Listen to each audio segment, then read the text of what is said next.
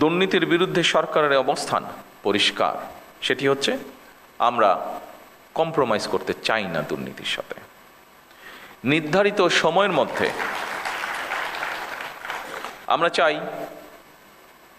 সততা, মেধা এবং দক্ষতাই হবে জনপ্রশাসনের নিয়োগ, বদলি কিংবা প্রমোশনের মূল নীতি। নির্ধারিত সময়ের মধ্যে প্রকল্পের বাস্তবায়ন করা অত্যন্ত জরুরি। ব্যয়ের ক্ষেত্রে সর্বোচ্চ স্বচ্ছতা বজায় রাখা অন্যতম গুরুত্বপূর্ণ একটি বিষয় এবং একই সাথে কাজের গুণগত মান নিশ্চিত করা সংশ্লিষ্ট প্রশাসনিক কর্মকর্তাদের একটি গুরুত্বপূর্ণ দায়িত্ব।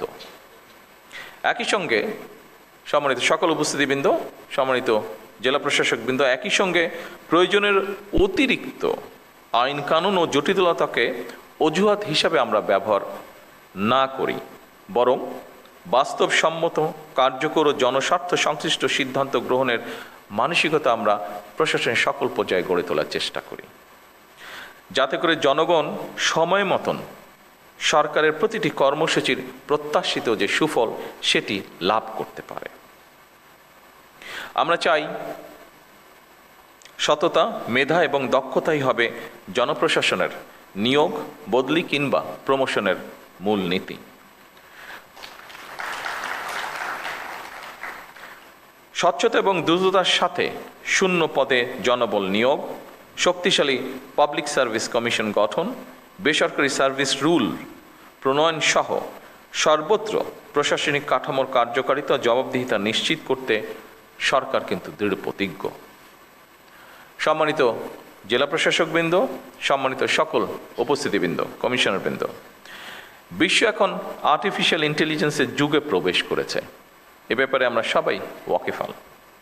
সুতরাং বৈশ্বিক প্রতিযোগিতায় যদি টিকে থাকতে হয় তাহলে অবশ্যই জনপ্রশাসনের কর্মকর্তাদেরকেও কিন্তু সময়ের সঙ্গে মোকাবেলায় নিজেদেরকে প্রস্তুত রাখতে হবে। আমি শিওর আপনারা এই ব্যাপারে সচেতন আছেন এবং সে ব্যাপারে নিজেদেরকে প্রস্তুত করে তুলছেন।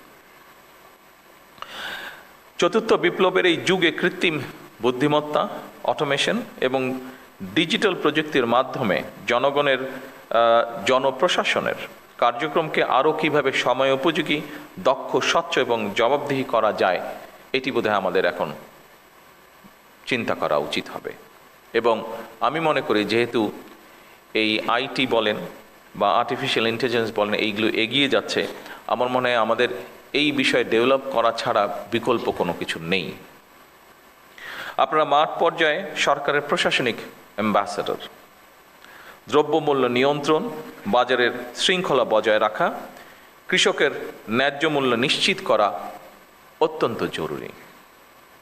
ইচ্ছে মতন যাতে কেউ নিত্য প্রয়োজনীয় পণ্যের মূল্য বাড়াতে না পারে, কিংবা যে টেন্ডেন্সিটা আমরা দেখি বিভিন্ন সময় মজুতদারি বা কারসাজির মাধ্যমে বাজারে অস্থিতিশীলতা সৃষ্টি করতে না পারে, কোনো ধরনের সিন্ডিকেট বা কৃত্রিম সংকট সৃষ্টির অপচেষ্টা কেউ করতে না পারে, এই জন্য নিয়মিত বাজার তদারকি জোরদার করা প্রয়োজন।